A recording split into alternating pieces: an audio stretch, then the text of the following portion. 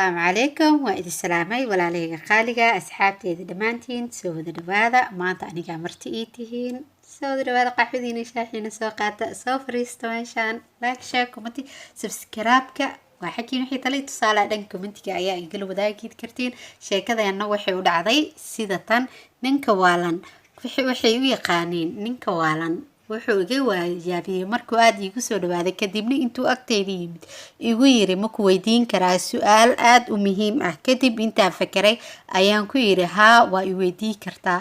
kadibna wuxuu igu yiri miyaad waalan tahay kadibna intaa yaabay ayaan ku jawaabay qof kasto mir qaba jawaabto bixi lahaa maya ma waalni kadibna wuxuu igu yiri waa mahadsan tahay kadibna wuxuu yiri inaan ka aragti duwanahay dadka sidee wuxuu arkaan aan si kale wax u arko miyay iga dhigaysaa inaan ahay qof kale kadibna mar kale ayaan waxaan ku yiri maya kadibna mar kale ayuu intuu ii mahad celiyay ayuu markaasi wuxuu qoray warqad oo haysta xarafka W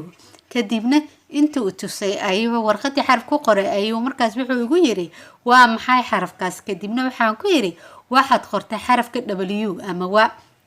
kadibna wuxuu igu yiri waxaad arkaysaa W taa macnaheedu wuxuu yahay waa halka aad ka taagan tahay waraaqda ayaa ka dhigaysa W aniga waxaan qoray xarafka M ama ma markaan eego dhinaca aan ka joogo waa xarafka ma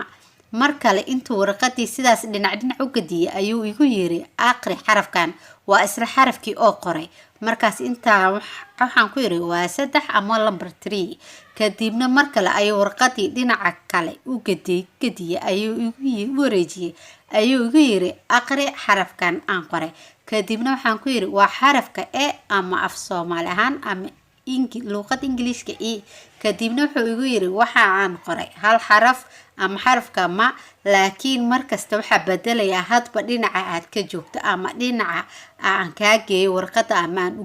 gadiyo markaas inaan dadka ka aragti duwanahay ay dhinaca wax ka arkaan dhinaca kale wax ka arko kama dhigin inaan waalanahay tusaalahaasi iyo jawaabahaas cajiibka ah ee markaas ninkaas waalan oo bixiyay waxay iga dhigeen inay nolosheyda wax badan ay ka bedeleen inaa maalinkaas wixii badan ka bedeleen inaa ixtiraamo aragtiyada dadweynaha ee qofkana aan ku culeysan sida ay wax u arkaan angalka ama xagasha ay wax ka eegayaan oo aniga ay haday iga duwan tahay ee macnaheedu ahayn inay qaldan yihiin